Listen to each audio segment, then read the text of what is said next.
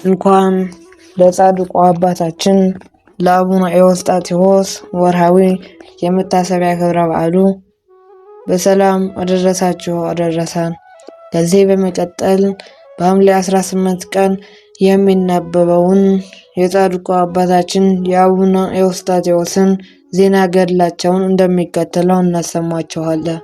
ቪዲዮውን ላይክ፣ ቻናሉን ሰብስክራይብ በማድረግ ሀሳብ አስተያየት ካላችሁም በኮሜንት ስፍራ ላይ በማስቀመጥ ሀሳብ አስተያየት ከሌላችሁ የአቡነ ኤዎስጣቴዎስ በረከቱና አማላጅነቱ ከሁላችን ጋር ይሁን እያላችሁ በመጻፍ ከበረከቱም ተካፋይ እንድትሆኑ ስንል እናሳስባችኋለን። አቡነ ኤዎስጣቴዎስ በመንፈሳዊ ሰውነታቸውንና ተአምራታቸው በመሰረቱት የገዳም ስርዓትና በአንደኛው እሁድ ክብር ላይ ባደረጉት ትግል ከሚታወቁት መካከል አንዱ ነው። በተለይም በኤርትራና በኢትዮጵያ እንዲሁም በአሌክሳንድሪያና በአርሜኒያ አካባቢ ምንም እንኳን በኤርትራ ስም የተሰየመ ገዳም ባይኖራቸውም ሁሉንም ማለት ይቻላል የሐዋርያዊ ተልእኳቸውን እና መንፈሳዊ ትግላቸውን ዛሬ ወደሚገኙት የኤርትራ ገዳማት አስተላልፈዋል። በተጨማሪም በብዙ የአገሪቱ ክፍሎች ወንጌልን ያሰራጩ አባት ነበሩ። በተለይም በአሁኑ የአስተዳደር መዋቅር ወደ አሌክሳንድሪያና ኢየሩሳሌም ከዚያም ወደ አርሜኒያ ከመሄዳቸው በፊት በማዕከላዊና በደቡባዊ ክልሎች የተዘዋወሩና ብቻቸውን የሚታገሉ አባት ነበሩ። ታሪካቸው የእግዚአብሔርን ቃል በመስበክና ተአምራትን በማድረግ እንደባረኩት ይነግረናል። ስለዚህ ያልባረኩትና ያልረገጡት የአገራችን ክፍል የለም ማለት ይቻላል። ስለዚህ ዛሬ እግዚአብሔር ቢፈቅድ በ13ኛው እና በ14ኛው ክፍለ ዘመን አካባቢ በአገራችን ቤተ ክርስቲያን መነቃቃት አዲስ ምዕራፍ የከፈተውን የአቡነ ኤዎስጣቴዎስን ሕይወት እናስታውሳለን። እነዚህ ጻድቃን አባቶች የተወለዱት በትግራይ እንድርያስ አውራጃ በምትገኘው ጸራኢ በምትባል መንደር ሲሆን በተለይ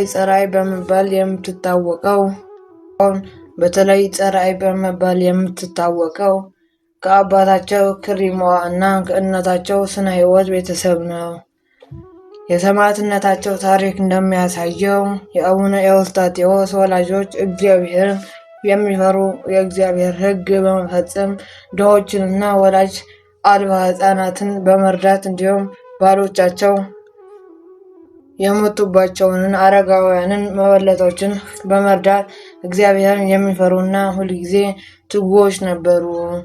ልጆቻቸውን አቅፈው በመሳም የተባረኩ አልነበሩ።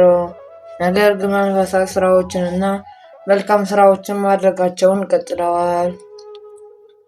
እስከ እርጅናቸውም ድረስ በእግዚአብሔር ተጽናንተው በጸሎትና በተስፋ ይጠባበቁም ነበር።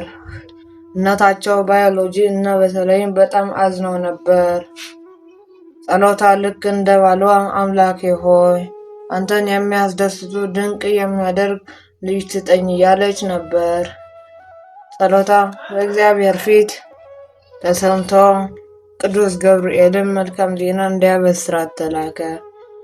ንጽሕና ቅዱስ ልጅ ትወልጃለሽ፣ ተጸንሰው ተወልደዋል። እነዚህ ቅዱሳን አባቶች እንደ ነቢዩ ኤርምያስና መጥምቁ ዮሐንስ በእናታቸው ማኅፀን ሳሉ በእግዚአብሔር የተመረጡና የተባረኩ ነበሩ። ይህ የሆነ መዝሙረኛው ቅዱስ ዳዊት ከልጆች ማኅፀን ክብርህን አዘጋጅተሃል እንዳለው ነው። እናታቸውን በሚያምሩ ቃሎቻቸው ተደንቃ ይህ ተአምር ምን ተብሎ እንደሚጠራ ጠየቀች። ይህም በመጀመሪያውና በመጨረሻው ያልታየ ሲሆን ልጄ ሆይ የዓይኔ ብርሃን እንዲህ እያለ ምስጋና ማን አስተማራችሁ አለች። ገና በለጋታም ነበሩ የነበሩትን አጎታቸው አባ ዳንኤል ዘካርያስን ወለዷቸው። እርሱም ለማስተማር ጎበኞችና ብዙ ነገርም ተምረዋል። መነኮሳቱ ይህንን ልጅ የጸነሰውን ጥበብና ክብር ማን አስተማራቸው እያሉ ተረገሙ። ሰው ወይስ መልአክ እንደሆነ እስከ ማለት ደርሰውም ተገርመው ነበር። ለሚያደርጉት እጅግ ቅዱስ ትግል ብቁን ሆነው ተሸመው ነበርና ከዚያም ከአባ ዳንኤል የመነኮስነት ልብስ ተቀበሉ። ኤዎስጣቴዎስ የሚል ስም ተሰጣቸው። ትርጉሙም ስነ መለኮት ማለት ነው። ከዚያን ጊዜ ጀምሮ ስለ ጽድቅ የሚሰደዱ ብፁዓን ናቸው የሚለውን የጌታችን ቃል ለመፈጸም ጥሩ ትግል መዋጋት ጀመሩ። አንድ ቀን የቅዱሳን አክሊል ኢየሱስ ክርስቶስ ከቅዱስ ሚካኤልና ከቅዱስ ገብርኤል ጋር ወደ አባታቸው መጣ። እፍ አለባቸውና የምወደው ልጄ ኤዎስጣቴዎስ ከእናት ማኅፀን ጀምሮ ለብዙ አሕዛብ አስተማሪ እንድትሆን መረጥኩ የሚል ተሰምቶኛል አለ።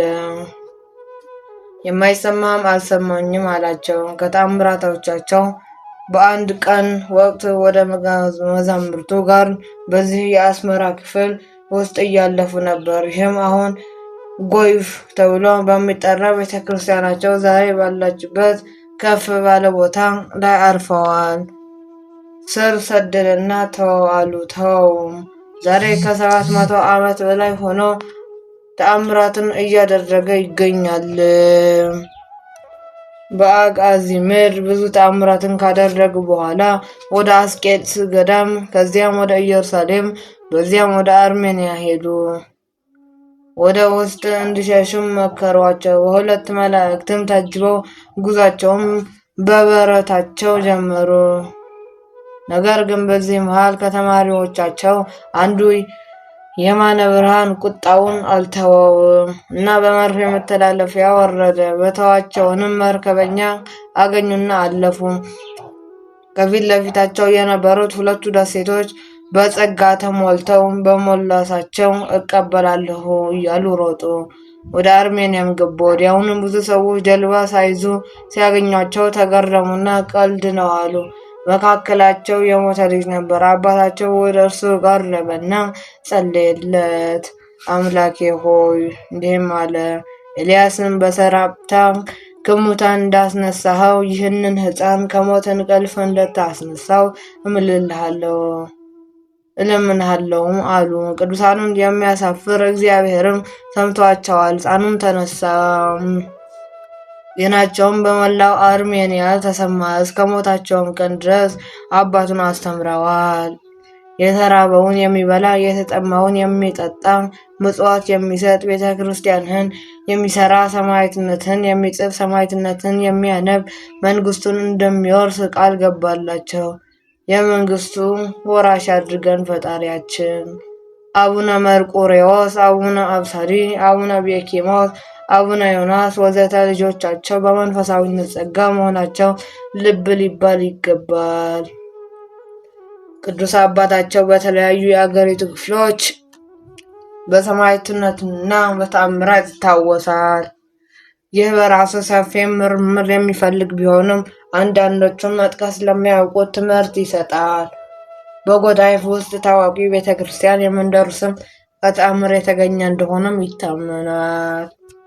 በስማቸውም የተሰየመ ነው። ቅዱስ አባታቸውም ከአስመራ ወደ ቅድስት ማርያም ቤተ ክርስቲያን መጥተው ከመንፈሳዊ ልጁ ከአቡነ አንድሪያስ ሴፋ ጋር አገልግሎት ለመስጠት መጥተዋል። በማዕከላዊም ክልል በሚገኙ ሴላ ዳኤል መንደርም አስተምሯንና አርፏልም። በስሙ ቤተ ክርስቲያን ተገንተውበታል እና በደቡባዊ ዘንድ ደብረዋዊ ጌዛ ለምዛ አካባቢ በጸሎታቸው ጉድጓድ ሰርተው ነበር። አሁንም ለብዙ በሽታዎች መድኃኒት ነው። በደቡብ ዞን በጸብላም በቀበር መንደር በስማቸው የተገነባ የአቡነ ኤዎስጣቴዎስ በረከት እርዳታ ከሁላችን ጋር ጸንቶ ለዘላለሙ ይኑር አሜን። ውድ ኦርቶዶክሳውያን፣ ከዚህም በመቀጠል በሐምሌ 17 ቀን ያለፈውን እንዳነበብ ነው። ዛሬ ደግሞ በሐምሌ 18 ቀን የሚነበበውን ስንክሳር እንደሚከተለው እናሰማችኋለን። ሐምሌ 18 የኢየሩሳሌም ኤጲስቆጶስ ቅዱስ ያዕቆብ በሰማዕትነት አረፈ።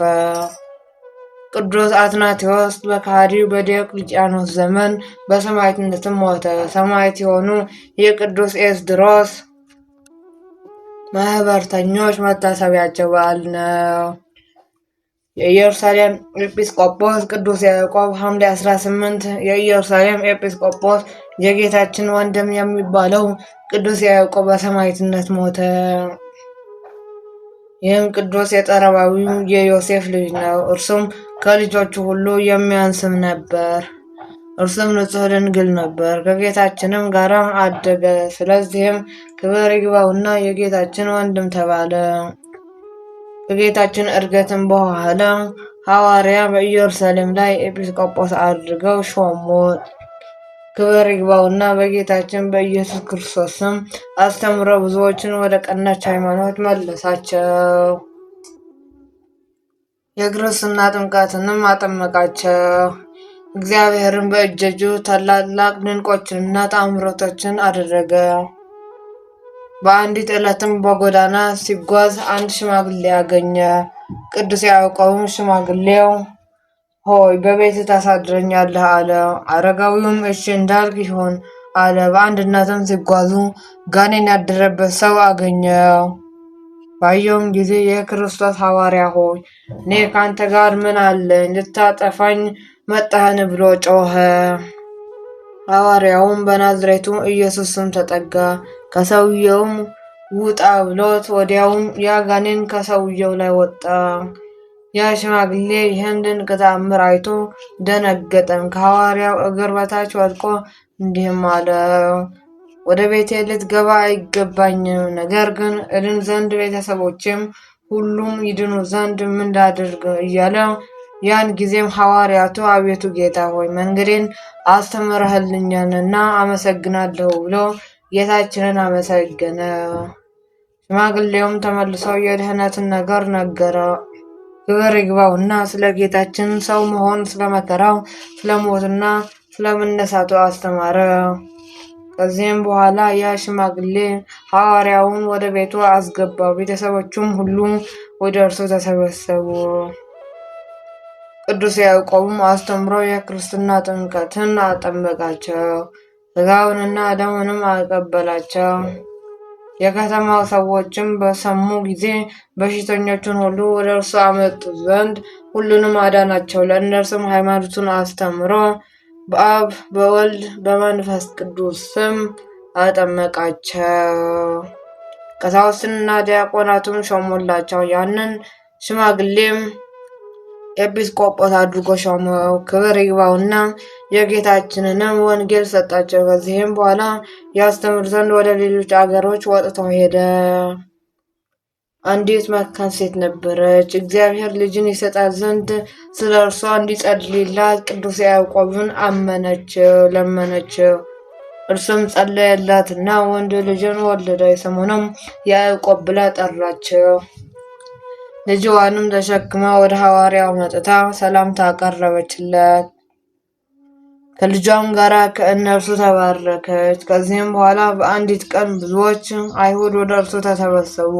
ስለ ጌታ ስለ ኢየሱስ ክርስቶስም የማን ልጅ እንደሆነ ይነግራቸውም ዘንድ ጠየቁት። እነርሱም እርሱ ጌታን የዮሴፍ ልጅ እንደሆነ እርሱም ወንድሙ እንደሆነ እንደሚነግራቸው አስበው ነበርና ቅዱስ ያዕቆብም በሦስተኛው ደርብ ላይ ወጥተው የጌታችን የኢየሱስ ክርስቶስ ስም አምላክነት የእግዚአብሔር ልጅ እንደሆነም ከአብ ጋራም ትክክል እንደሆነ ይገልጽላቸው ጀመረ። ይህንንም በሰሙ ጊዜ እጅግ ተቆጡ። ከደርቡ ላይ አውርደው የጸና ግርፋትን ገረፉት። ከእነርሱም ውስጥ የልብስ ማጠቢያ የእንጨት ገበታ የያዘ አንድ ሰው መጣ። በዚያ እንጨትንም ቅዱስ ያዕቆብን ራሱ መታው። ያን ጊዜም ነፍሱን በእግዚአብሔር እጅ ሰጠ። ስለ እርሱም ወይን እንዳልጠጣ፣ ደም ካለው ወገን እንዳልበላ፣ በራሱም ላይ ምላጭ እንዳልወጣ፣ በውሽባ ቤት እንዳልታጠበ፣ ሁለት ልብስንም እንዳልለበሰ፣ ሁልጊዜም እንደሚቆምና እንደሚሰግድ ተጽፏልና። ከመቆም ብዛት የተነሳም እግሮቹ አብጠው ነበር። ከዚህም በኋላ አረፈና በቤተ መቅደሱ ጎን ቀበሩት። ከበረከቱ ተካፋይ ያድርገን ፈጣሪያችን። ኮሜንት ላይ በመግባት የቅዱስ ያዕቆብ በረከቱና አማላጅነቱ ከሁላችን ዘንድ ይኖር እያላችሁ ጻፉልን። ቅዱስ አትናቴዎስ። በዚህችም ቀን ከቁልዝም ከተማ ቅዱስ አትናቴዎስ በከሃዲው በዲዮቅልጥያኖስ ዘመን በሰማዕትነት ሞተ። ይህም ቅዱስ ከነገሥታት ወገን ነበረ። በሃይማኖቱም የጸናና የከበረ ነበር።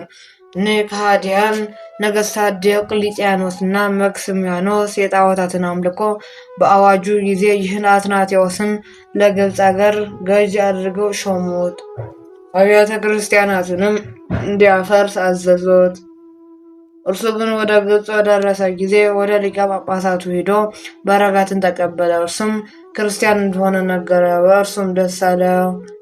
ንጉሥም በሰማ ጊዜ ይዞ ይመረምረው ዘንድ ሌላ መኮንንን ላከ።